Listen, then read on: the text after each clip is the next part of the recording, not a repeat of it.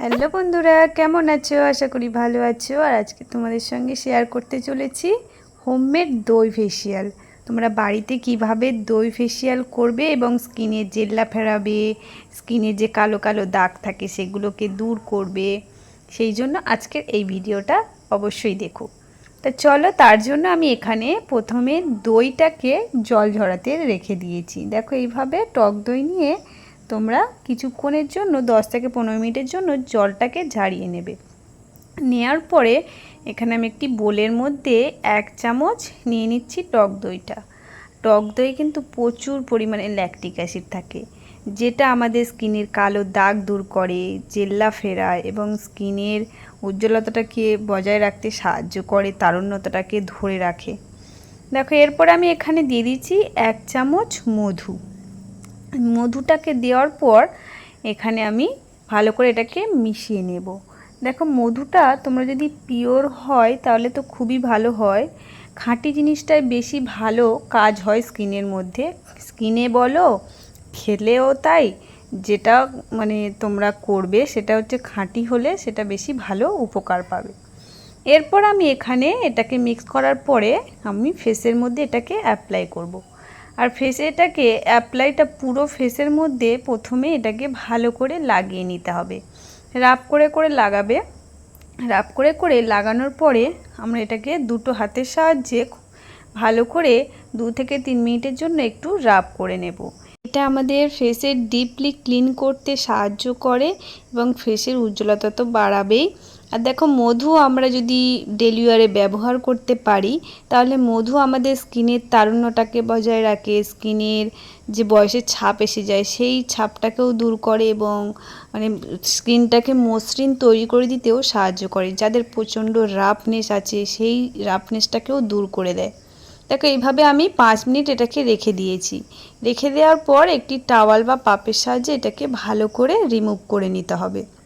Remove করলে তোমরা নিজেরাই দেখতে পাবে ফেসের মধ্যে একটা, যেভাবে তোমরা ফেস ওয়াশ ইউজ করলে এটা ডিপলি ক্লিন হয়ে যায় সেইভাবে ক্লিন হয়ে যাবে সুন্দর। দেখো, এইভাবে ক্লিন করে নেব প্রথমে। তোমরা এটা একবার করে দেখো। এটা যদি তোমরা স্কিন রুটিনে রাখতে পারো, সপ্তাহে 1 থেকে 2 দিন, দেখবে তোমাদের স্কিনটাকে ভালো রাখবে এবং কালো দাগ দূর করবে, উজ্জ্বলতা ফিরে আসবে, স্কিনের মধ্যে যে একটা মরা মরা ভাব থাকে সেই জিনিসটাকে দূর করে দেবে।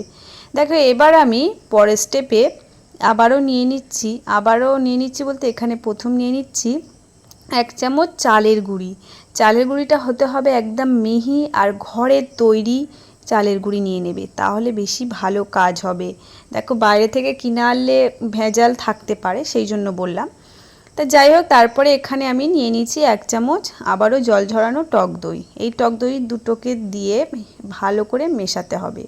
এই দুটো মিশিয়ে একদম একটা পেস্ট প্যাকের মতো তৈরি করতে হবে। আর এই প্যাকটা দারুণভাবে আমাদের স্কিনে কাজ করবে। এটা আমি এবারে ভালো করে স্কিনের মধ্যে অ্যাপ্লাই করব। যখন এটা অ্যাপ্লাই করবে তখন এটা টেনে টেনে, যেভাবে ফেস প্যাক লাগাই সেইভাবে টেনে টেনে ফেস প্যাকের মতো লাগিয়ে নেবে। নিয়ে এটাকে একদমই রাব করবে না, কোনো মতে এটাকে রাব করবে না, যেহেতু এর মধ্যে চালের গুঁড়ি রয়েছে।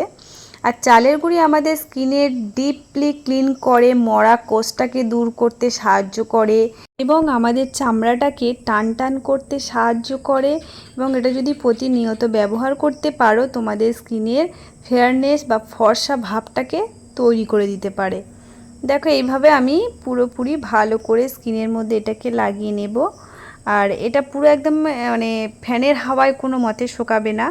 এটা তোমরা যত পারবে, যে কোনো প্যাক তোমরা যখনই লাগাবে কোনো দিনই ফ্যানের নিচে বসে এটাকে শুকাবে না। যত তোমরা এটা এমনি শুকাবে তত দেখবে স্কিনে বেশি ভালো কাজ হবে। তোমরা যদি হাওয়ার মধ্যে থাকো সঙ্গে সঙ্গে শুকিয়ে গেল, কিন্তু স্কিনের মধ্যে সেই কাজটা কিন্তু হবে না।